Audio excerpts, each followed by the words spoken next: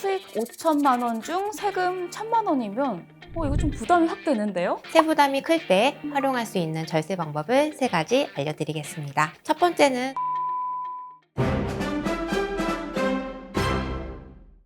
세부담을 확 낮추는 시간, 찾아가는 절세 상담 팩스 365 아나운서 장현재입니다. 안녕하세요. 절세 마스터 세무사 황혜린입니다. 팩스 365 5번째 주제는 해외 주식 투자 시 절세 방법인데요. 지난 1년간 해외 주식으로 250만 원 이상 수익을 낸 분들은 5월에 양도세 신고해야 하잖아요. 네, 그쵸. 기사를 보니까 2022년 한 해 동안 해외 주식으로 투자 수익을 낸 양도세 대상자가 1년 만에 118% 증가했고 2023년에는 10% 더 올랐다고 하네요.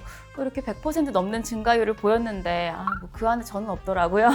하지만 또 언젠가 양도세를 많이 내는 그날을 위해서 절세 방법 미리 공부하고자 합니다. 해외 주식은 어떤 절세 방법이 있나요? 혹시 해외 주식의 양도소득세율을 아실까요? 요건 알고 있습니다. 지방소득세 포함 22% 맞죠? 네, 맞습니다. 근데 해외 주식의 경우 손익계산 시 중요한 게 있습니다. 바로 환율과 결제일이에요. 예를 들어 A라는 해외 주식을 100달러에 한 주 취득하고 몇 달 이후에 100달러에 매도하더라도 매수 시점보다 매도 시점의 환율이 올라가면 동일한 가격에 팔았음에도 환율 상승분이 양도차익에 포함됩니다.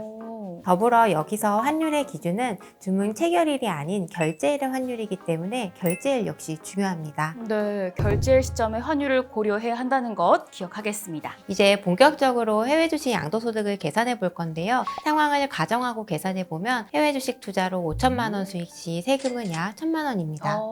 수익 5천만 원 중 세금 1천만 원이면 이거 좀 부담이 확 되는데요? 그래서 절세 방법을 알려드릴 건데요. 조금 뒤에 알려드리기로 하고 우선 해외 주식 양도소득세 계산법부터 같이 보겠습니다. 네. 해외 주식 양도세 계산 방법은 매우 간단합니다. 양도가액에서 필요경비를 제외한 후 연간 기본공제 금액인 250만 원을 차감하고 양도소득세율 22%를 곱하면 됩니다. 다만 매수대금이 출금된 날과 매도대금이 입금된 날의 기준 환율을 적용하기 때문에 양도소득에는 환율 변동으로 인한 환차익과 환차손이 반영됩니다. 세무사님, 그러면 지금 말씀해주신 거 참고해서 제가 한번 계산을 해볼게요. 매도 금액 10억 5천만 원에서 필요 경비를 빼면 5천만 원, 그리고 기본 공제 250만 원을 뺀 뒤에 양도세 22%를 곱하면 1,045만 원이네요. 그러면 세후 수익은 3,955만 원. 이거 다시 봐도 세부담 진짜 큰데요? 우선 앞서 계산한 내용은 저희가 가정한 자료를 토대로 계산한 거라서 실제 신고하실 때에는 본인의 상황에 맞춰서 계산을 하시면 되고요. 세부담이 클 때 활용할 수 있는 절세 방법을 3가지 알려드리겠습니다. 첫 번째는 손익통산 활용입니다. 해외 주식은 1월부터 12월까지 발생한 이익과 손실을 상기할 수 있기 때문에 평가 손실 중인 종목이 있다면 매도해서 손실을 확정하고 이때 이익과 상계하면 양도소득을 줄일 수 있습니다. 그럼 여기서 상계 가능한 주식이 해외 주식뿐인가요? 국내 주식은 양도소득세 과세 대상인 주식만 상계가 가능합니다. 예를 들어 세법상 대주주에 해당하는 상장 주식이나 비상장 주식, 상장 주식을 장에 매도하는 경우입니다. 지금 말씀해주신 첫 번째 절세 방법이 이익과 손실을 합해서 양도소득을 줄여라 였고 두 번째는요? 두 번째 절세 방법은 증여입니다. 해외 주식을 배우자나 자녀에게 증여하면 받는 사람인 수증자는 증여받은 날 전후 2개월, 총 4개월의 종가 평균가액으로 증여재산을 평가하고 증여세를 신고 납부해야 합니다. 즉, 수증자가 증여받은 주식의 취득가액은 4개월 평균 가격이니까 이보다 높은 가격으로 매도하여 발생한 차익에 대해서만 양도세가 부과됩니다. 그러니까 쉽게 말해서 증여를 통해서 취득가액을 높여서 양도 차익을 줄인다네요? 네, 맞습니다. 그리고 역시 평균가액도 외화로 계산되기 때문에 증여의 기준 환율을 적용해서 원화환선이 필요하고요. 증여세의 경우에는 배우자는 10년간 6억 원, 성인 자녀는 5천만 원, 미성년 자녀는 2천만 원까지 증여재산 공제가 가능하기 때문에 해당 범위 내에서는 별도로 증여세가 없습니다. 그럼 다른 주의사항 같은 건 없나요? 3가지를 기억하셔야 하는데요. 증여한 주식을 양도할 경우 수증자에게 양도소득이 실질적으로 기속되어야 하고요. 두 번째는 증여공제 범위를 초과하여 증여한 경우 부담하는 증여세와 절감할 수 있는 양도소득세를 비교하여 의사결정을 하여야 합니다. 마지막으로 주식 양도에 따른 양도소득세 신고 시 증여받은 주식의 취득가액은 증여세 신고서를 통해서 확인해야 하므로 주식 증여에 대한 신고가 필수인 점도 기억해 주시면 좋겠습니다. 두 가지 가지 알려주셨고, 자, 마지막 세 번째 절세 방법은 뭔가요? 세 번째는 해외 CFD를 활용하는 건데요. 3화에서도 설명을 드렸지만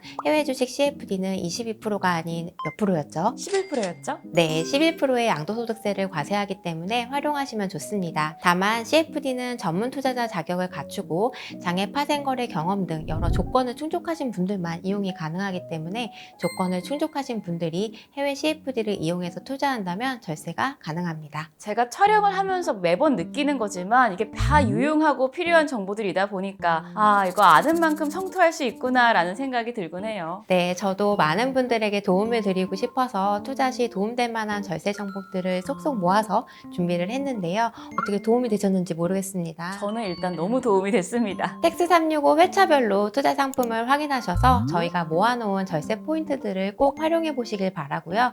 궁금하신 점은 댓글로 남겨주시면 확인하겠습니다. 네, 지식이 곧 돈이 되는 찾아가는 절세 상담 텍스 365. 저희가 준비한 내용은 여기까지고요. 다음에도 유용한 정보 가지고 다시 오겠습니다. 모두 성투하세요.